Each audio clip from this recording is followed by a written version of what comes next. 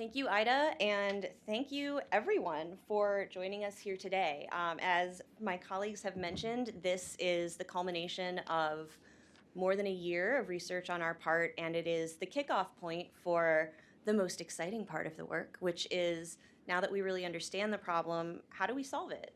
And how are folks out there already contributing to some excellent, groundbreaking solutions? So, the report, you have this beautiful summary. There is also the full version, and if you are a person who wants to dig through the data tables and also maybe read a 10-year history of 225 years of housing policy and market development in the United States, this is your report. Please do read it. We put a lot of love into it, and I think that there's something there for you no matter who you are. I'm going to focus much more tightly so that we're not here all day on just some key things, the most important facts you need to know to really understand the problem. And then what are the causes? What has led us to this point where it's a serious challenge for 1 in 3 households just to be able to afford to pay their monthly housing costs? And then finally, what do we know about solutions? Folks have mentioned our hashtags up there on the screen. Please do use it. We do really love sharing both through Twitter and through LinkedIn. And with that, let me dive in to what is this key information that truly you need to know. First of all, 1 in 3 households are cost burdened. That means that they're paying more than 30% of their income for rent or mortgage, maintenance costs, utilities, insurance, all of the costs associated with housing. Now, when you get into renters, the picture is pretty dire. 1 in 4 renters is spending more than half of their income on housing.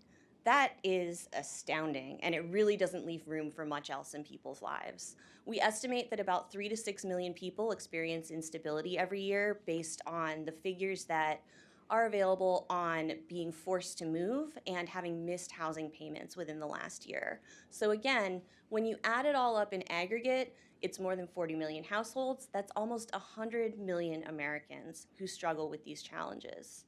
And if there's 2 things that I want you all to take away, the first one is this: the trend looks bad. What you can see on the screen here is a graph that breaks down the housing cost burden rates, so people who are paying more than that 30% of their income, from 2001 to 2017. The most important lines are right at the top. The red indicates that for all of the past 20 years, low-income people, whether they are owners or renters, have been paying somewhere between 55 and 75% of, or 55 to 75% of those households have cost burdens. That's really astoundingly large. It means that most low-income households in America struggle with their biggest expense on a regular basis. The second line there, the dark blue underneath, really tells a story about how this problem has become a problem not just for low-income households, but farther and farther up the income ladder. That is households that are making between $20,000 and $50,000 a year. And over the past 2 decades, it has become so much more common to be cost burdened. Among renters, the rate is increased by 10 percentage points and by 20 percentage points for these moderate income homeowners. The problem is not distributed evenly. I think that it's probably not surprising that the groups listed here, renters, households of color, single parents, LGBTQ families, and disabled people, they all face other sources of marginalization, and they all struggle in accessing affordable and stable housing. The problem is also not evenly distributed on a geographic basis. What you see here on the screen is a map of the metro areas that added the most jobs in the past decade. Big red dots represent big job growth. Big blue dots represent big housing growth that matches the level of job growth. You notice that there are not very many of those. There's a lot of little blue dots, indicating that the places that have the strongest economic engines are not keeping up with the basics that they need to. Leading to rising costs in a lot of those well-known markets, like you mentioned, but even things like Salt Lake City, places that people may not be expecting. There's numerous places in Texas where housing has not kept up, even though that's kind of what we think of when we think of Texas and housing is build, build, build. So how did we get here? Um, we found 4 dimensions of the problem, and they really are interlocking. All of them contribute to rising costs and instability in different ways. Every community experiences these problems in different ways to different degrees.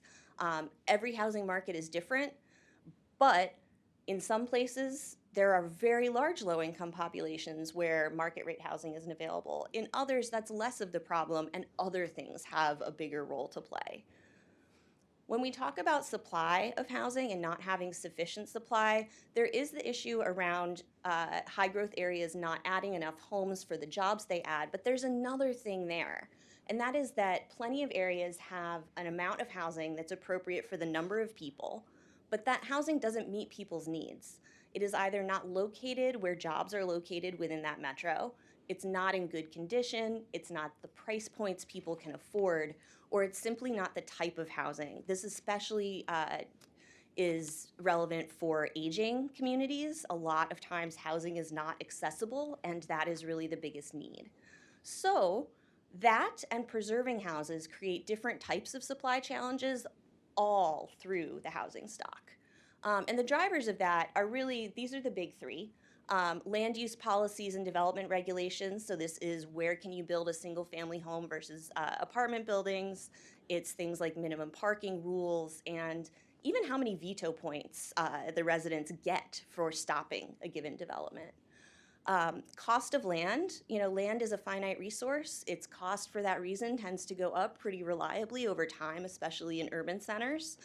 But there are some really artificial restrictions on land across the country because there's unused land that cannot have houses added to it. And that's something that really drives up costs as well. And then the third factor, costs of construction. We've seen years of rising prices in the different factors that go into producing housing, whether it is the materials or the labor. We're starting to see it moderate, but especially for the past 6-7 years, it's been a real driver of rising costs. Insufficient household income and insufficient financial resources are another huge driver.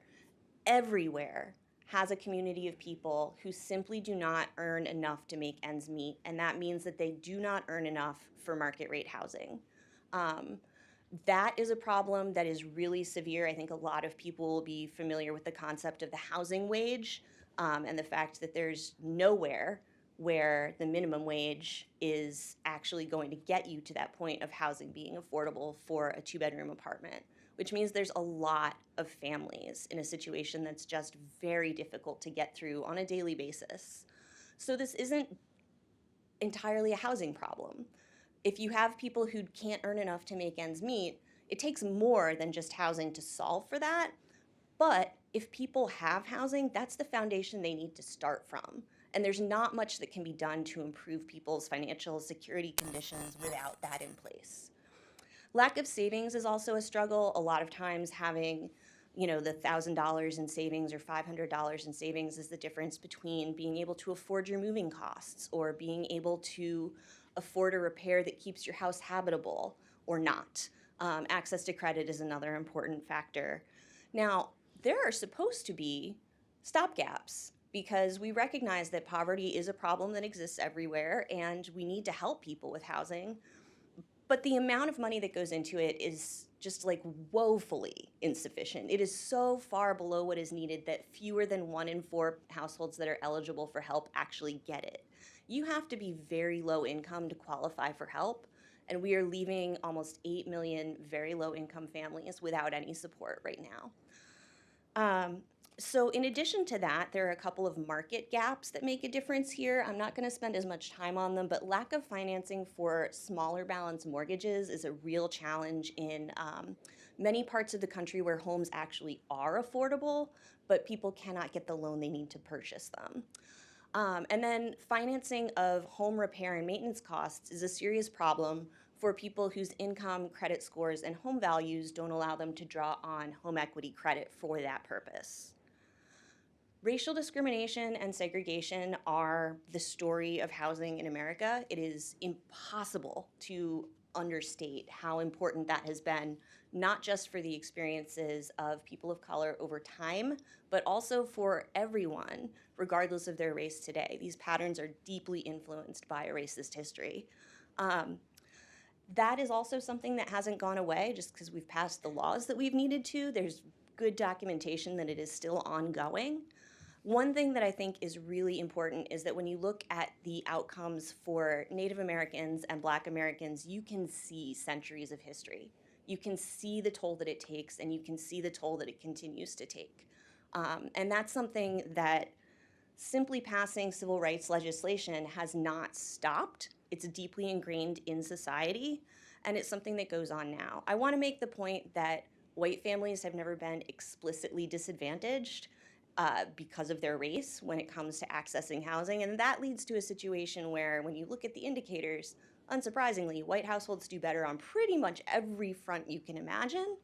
And one of the things that we learned is that it's actually sometimes hard to quantify the extent of that because there's just not enough research that takes a broad view. A lot of it is much more focused on just differences between Black and white populations. The final issue that I want to talk about is the policy environment for renters. Renters also tend to have higher levels of unaffordability, higher levels of instability, and really struggle. It doesn't have to be that way. Someone said that to me in our research process, and I was kind of like, it doesn't have to be that way. And it really got us thinking differently about all of the factors that make life more difficult than it has to be for renters. Those include things like regulations that you can't predict even from town to town, the way that our contract law and property rights systems work, and the fact that renters don't have the financial resources when they need to be in court or fighting a landlord to do so effectively. And again, lack of enforcement is a problem in this space as much as it is in terms of racial discrimination. So these 4 factors really are the ones that we found that are driving quite a bit of the increase in both rising costs and in rising levels of instability. They are the things that when we talk about what are we solving for, it's getting at those issues. How do you disrupt those problems so that housing costs themselves are able to come down, so that people are able to have more ability to stay where they are when their housing situations are working well for them. I'm going to turn this over right now to folks that I think that we are very excited to hear from, probably more than me, because the solutions that are out there are really cool. There's a lot that we can do that could solve these issues today.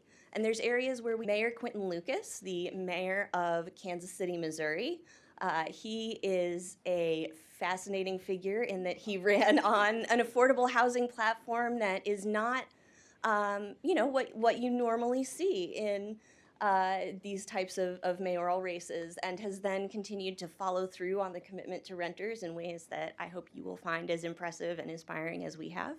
And he will be joined by Stacey Vanek Smith. As mentioned, The Indicator from Planet Money. You should be listening to that. That's your 7 to 10 minute snack of daily economic news every day. I've plugged it, so now you don't have to. Many of us know she is a fantastic interviewer, and I think we're about to have a wonderful conversation.